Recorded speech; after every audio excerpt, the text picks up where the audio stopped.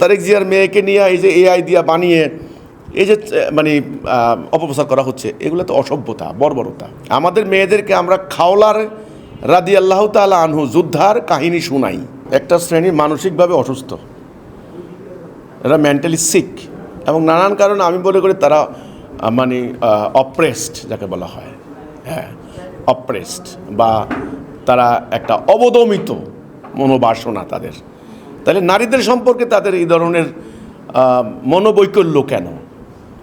মনোবৈকল্য একটা কথা আছে, সাইকোলজিক্যালি তারা কিন্তু সিক মনস্তাত্ত্বিকভাবে।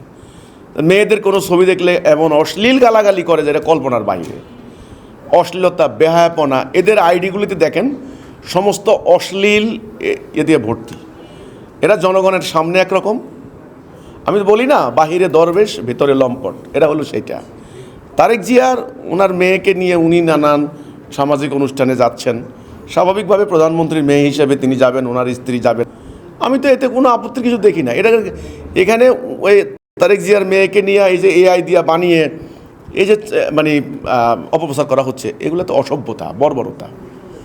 তো অসভ্য জনগোষ্ঠীর ব্যাপারে আপনি কথা কি বলবেন? আর এদেরকে মাইর ছাড়া কোনো ওষুধ নাই, এর হলো প্রথম কথা। দ্বিতীয় কথা হলো হিজবুত তৌহিদের, আপনি বললেন যে এই এমত অবস্থায় হিজবুত তৌহিদের আপনি নারীদেরকে নিয়ে সামনে এগিয়ে নিয়ে যাওয়ার ক্ষেত্রে কতখানি হিম্মত পাচ্ছেন।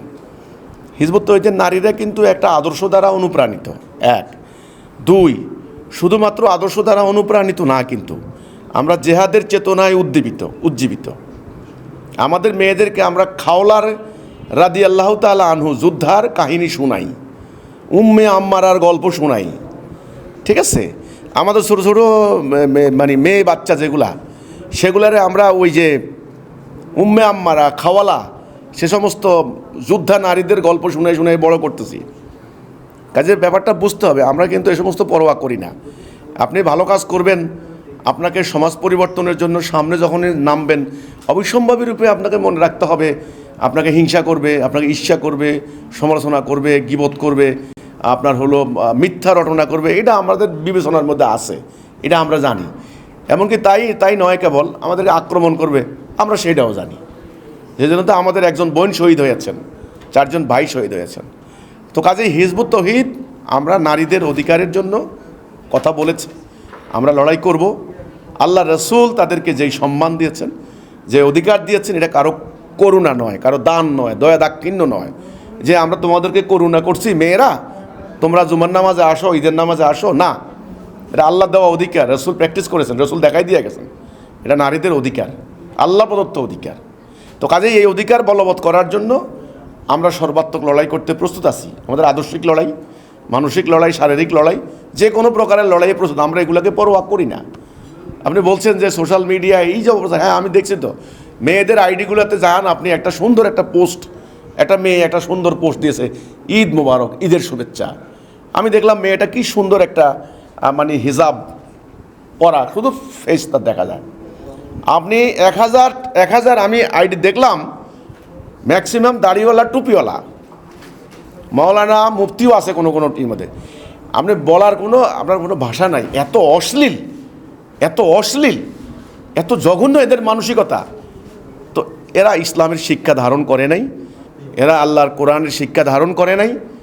যারা নারীদের সম্মান ইজ্জত দিতে জানে না, অসুস্থতা তাদের প্রকাশ পায়, এরা মোমেন মুসলমান হইতে পারে না, আমি বিশ্বাস করি এটা। তো এই হচ্ছে কথাটা। কাজে এখন এখানে আপনি তারেক জিয়ার মেয়ে নয় কেবল, আমি মনে করি বাংলাদেশে যে কোনো নারী এখন থ্রেটের মধ্যে আছে, যে কোনো নারী এখন বিপদের মধ্যে আছে। এরা মনে করে আপাতমস্তক কালো কাপড় জড়ায় দিলেই বোধহয় নিরাপদ হয়ে গেল, না তো। বহু আপনার হলো মানে বোরকা পরা, আপাতমস্তক পর্দাবৃত বহু নারী ধর্ষিতা হয়েছে গত কয়েক বছরে। শিশু, 2 বছরের শিশু, 4 বছরের শিশু, এটা কি বলবে ওরা? ব্যাপারটা তা নয়। এই সমস্ত গালিবাজদেরকে বলেন যে পারো তো আল্লাহর হুকুম কায়েম করো, তবে নিরাপদ সমাজ কায়েম হবে। আর তোমাদের যেই মানসিক অসুস্থতা, তারটা মানে সাইকোলজিক্যালি, মনস্তাত্ত্বিকভাবে তারা কিন্তু সিক, তারা কিন্তু অবদমিত ব্যাপারে, যে কোনো ব্যাপারে। তো এই হচ্ছে আমার কথাটা। এই ধরনের আপনার সিক মাইন্ডেড লোকগুলারে নিয়ে আমার কথা বলার কোনো রুচি নাই। এরা বেয়াদব, এরা অসভ্য, এরা উশৃঙ্খল, এদের কোনো এরা ভাষা জানে না, শালীনতা, ভব্যতা, সভ্যতা কী জিনিস এরা বুঝে না। তো এদের ভয়ে আপনি ইসলামের প্রকৃত আকীদা নিয়ে কথা বলবেন না, এটা হতে পারে না। আগাইতে হবে সামনে, মানে মুক্তিগামী জনগণ, রেনেসা যারা কায়েম করতে চায়, আল্লাহ দিন যারা চায় সত্যিকার অর্থে, তারা ঐক্যবদ্ধ হয়ে এই অপশক্তিকে বিনাশ করবে। সময় কিন্তু বেশি দিন নাই।